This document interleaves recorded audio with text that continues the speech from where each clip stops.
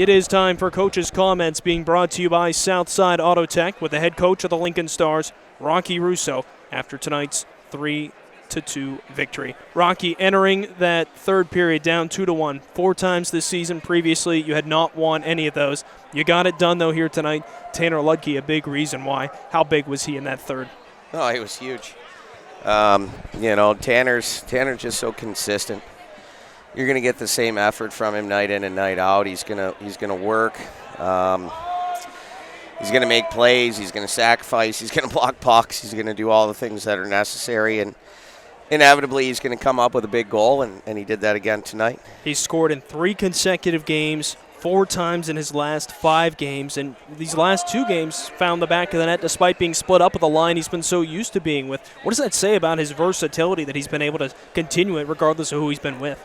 Well, if anybody's followed my career, I'm not a big believer in setting up a line and letting him go for the whole year. I mean, that's kind of the mentality of that's how we've always done it. And when you have that mentality, then you're kind of stuck. I'm a big believer in maybe there's something better. Maybe there's a better line combination that'll help us more. And maybe it's not even a better line combination, which in this case, that's not it. It's not a better line combination. It's the depth that it creates for us. And with Tanner and Mason on 2 separate lines, you have 2 dynamic players out there.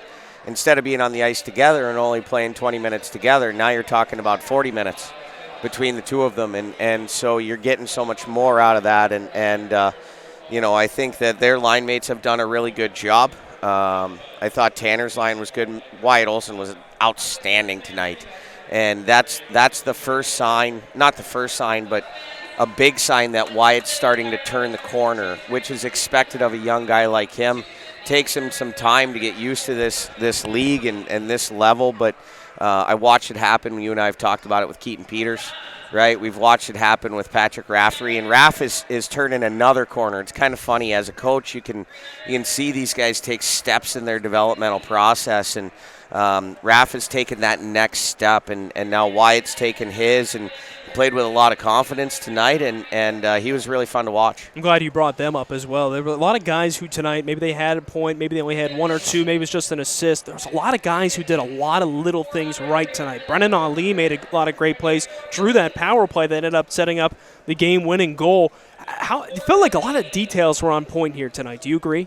At times. I thought that we were great in the first 9 or 10 minutes of the first period, and we were really taking it to them. We were shooting a lot of pucks, generating a lot of chances, and then we went back to that whatever brand of hockey that we've been playing the last couple weekends, which isn't very good. The second period, I thought we were okay. We were a little up and down.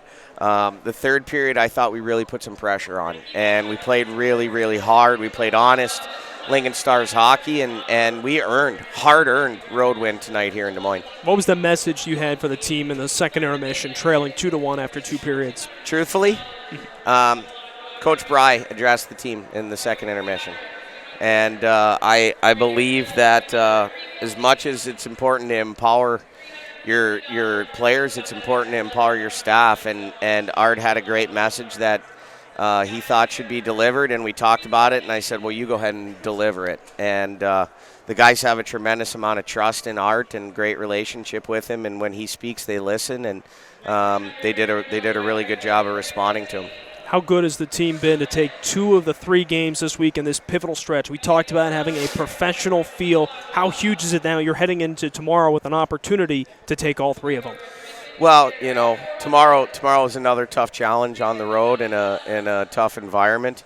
It's great. I mean, we found a way to win at home on Wednesday. We find a way to win in a tough environment here in Des Moines with got a jersey auction going in the background here, and tomorrow we go to another tough environment. I'm sure there'll be a big crowd. It's a huge arena. It's something different that the guys probably haven't seen yet this year. So, we're happy that we won tonight, and we're going to appreciate that because every win in this league is special, and they're very hard to come by. And then tomorrow we'll reset, refocus, and try to do it again. Last question for you, Lucas Massey, on this one. You've rolled the dice, putting him in each game against Des Moines, and talked about his effort here on this one.